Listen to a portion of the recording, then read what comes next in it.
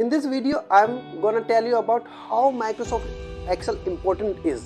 Without Microsoft Excel, you can't imagine how to run business, companies and any organizations, because Microsoft Excel is the heart of the company. In organizations, there are a lot of departments like HR department, payroll department, IT department, manager, team leader, executive.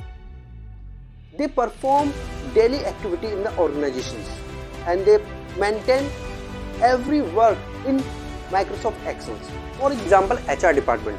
HR department का काम होता है human resource management करना कि किस employees को क्या problem आ रही है, इसका सोल्यूशन क्या होना चाहिए, किसको इंसेंटिव देना चाहिए, किसको बोनस देना चाहिए, ठीक है, किसको प्रमोशन देना चाहिए। ये सभी जब डेटा हमारे एक्सेल सीट पे आता है तो ऑर्गेनाइजेशन को काफ़ी कंफर्टेबल होता है डिसीजन लेने में। इसी